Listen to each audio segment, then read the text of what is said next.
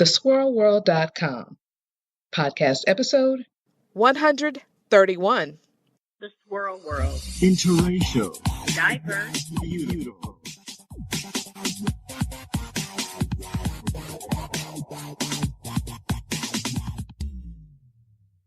Today's shout out goes to Adia R. Rogers, known online as the Trendy Socialite. Adia is a marketer, social media maven, experienced event host, speaker, and webinar and workshop facilitator. She also founded and created the #1 multi-city natural hair meetup in the world, International Natural Hair Meetup Day. She uses her unique and systematic approach to processes, planning, and productivity to allow others to connect with their purpose and power. As the Trendy Socialite, Adia believes her calling is to help empower and encourage others to develop and pursue their passions, whether it's natural hair advocacy, leadership lessons, or instructions in etiquette. Part of being a trendy socialite is developing multiple passions. Adia happens to love natural hair, fashion, helping others build their brands, leadership, beauty, networking, charity, and those are just to name a few. You can find her online at adiarrogers.com and also at trendysocialite.com. Again, our shout out goes to Adia, and she spells it Adeea R. Rogers, Rogers, known online and in these internet streets as the Trendy Socialite. Greetings and welcome to another edition of the Swirl World podcast. This is your co-host, Michelle Matthews-Calloway. I recently did a Facebook Live on the subject of gaslighting. Have you heard of that? If not, check this episode out because I'm covering 11 signs to let you know when you're being gaslighted. Keep listening. Hello, beautiful people.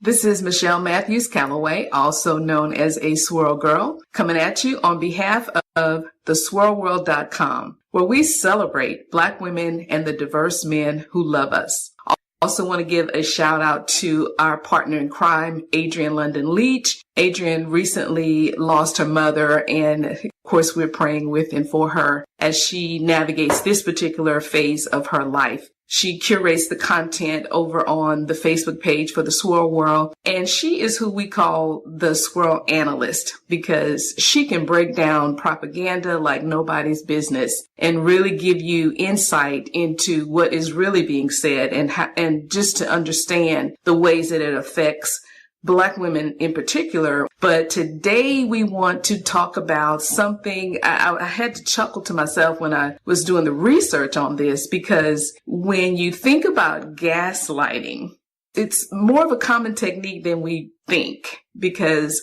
it's engaged at sometimes very high levels. And you're going to see when I go through some of the signs that you can use to detect if you're being gaslighted in a relationship. Okay. So gaslighting is a manipulation tactic, pure and simple. And when we look at relationships, unfortunately, that is something some individuals attempt to do rather than enjoy the person that they're with, get to know more about them. They want to manipulate and control the relationship and control the other person. And one of the tactics that is used is called gaslighting. And so it's a manipulation tactic basically used to gain power. And when the person does this, what they do is make the victim question their reality. They make the other person in the relationship question their own sense of reality. And the term comes from a movie from 1944 where a manipulative husband was trying to, in essence, get some jewels from his heiress wife. And he started turning down the gas lights in the house and making her think she did it. And his goal was to get her basically to lose her mind, to trust on him wholeheartedly and start doubting her own reality and her own thinking and thought processes. And this is the goal of gaslighting. It's designed to get you to think the way that other person wants you to think and not trust your own senses and your own determinations of events and situations and people. So I'm going to give you some examples. And as I give you these examples, I want you to think about, has this happened to me? Or is this happening to me? Okay, so it's interesting. You wouldn't believe it, but the first tactic, or one of the most well-used tactics in gaslighting, number one, is they simply lie.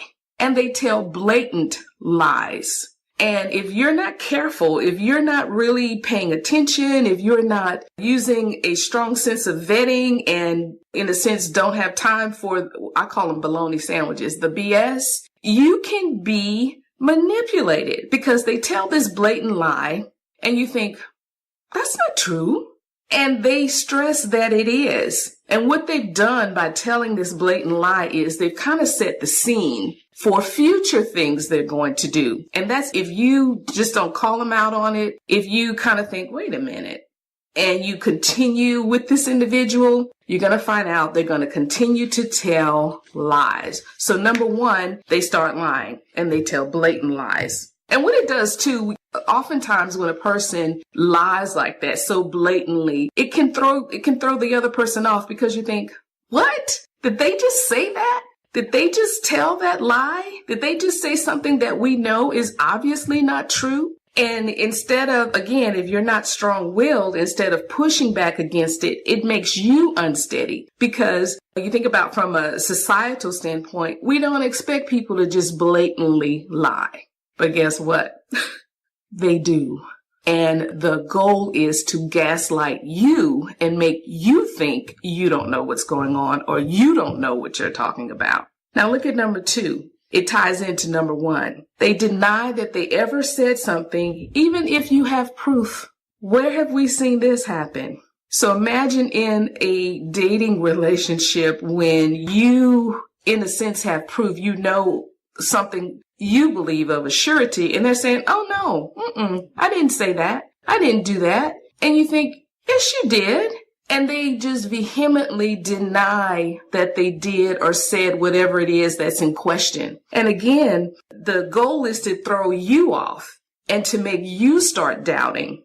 And it's really interesting psychologically how this works. And again, going back to my point, if you don't shut it down immediately, you will be taken in because one of you is going to win. And the best thing to do when a person really, the optimal thing to do when they start lying is just walk away like, I don't have time, goodbye. But a lot of times women engage, they continue to engage and they start doubting themselves. They'll try to make you think that you didn't see what you saw or it wasn't like you thought.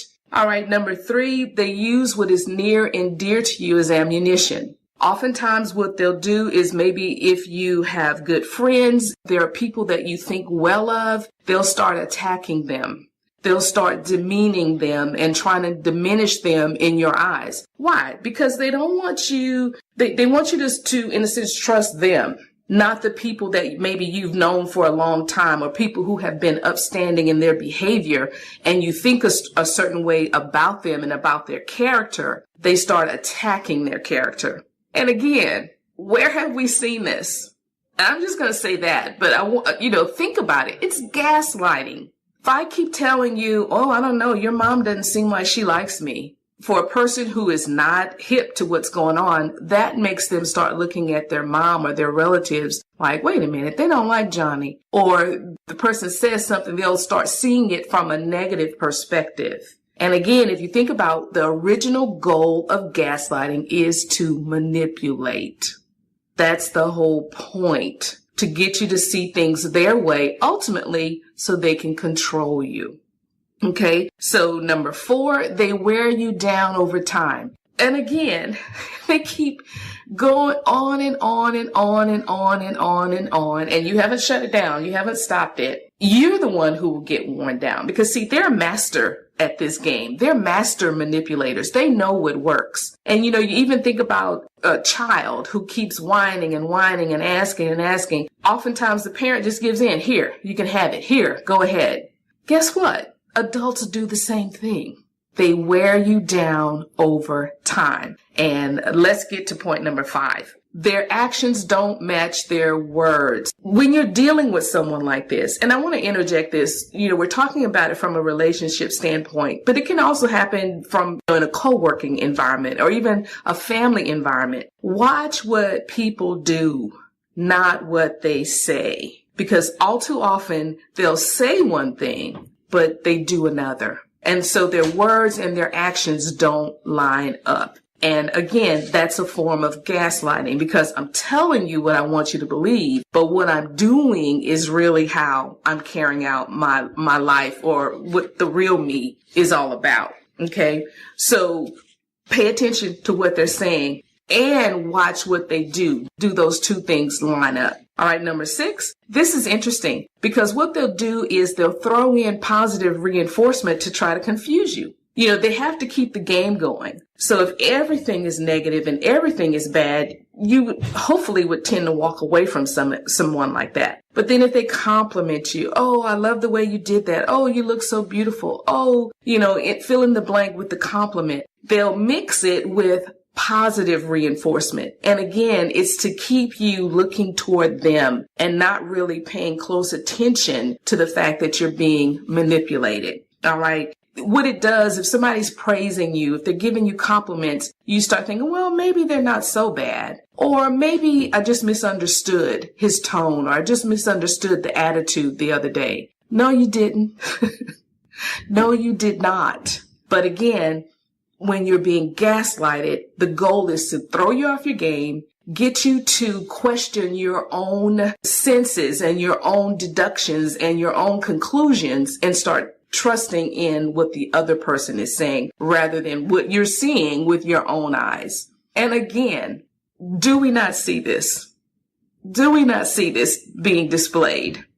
Okay. Number 7, and this is part of the why of gaslighting. They know that confusion weakens people. If you're constantly in a state of confusion, I think he loves me. I believe he wants to be in this relationship. I believe he cares. Well, maybe he's not so bad. If you're in this constant state of confusion, you're not as prone to act. You're not as prone to walk away. They know confusion weakens people.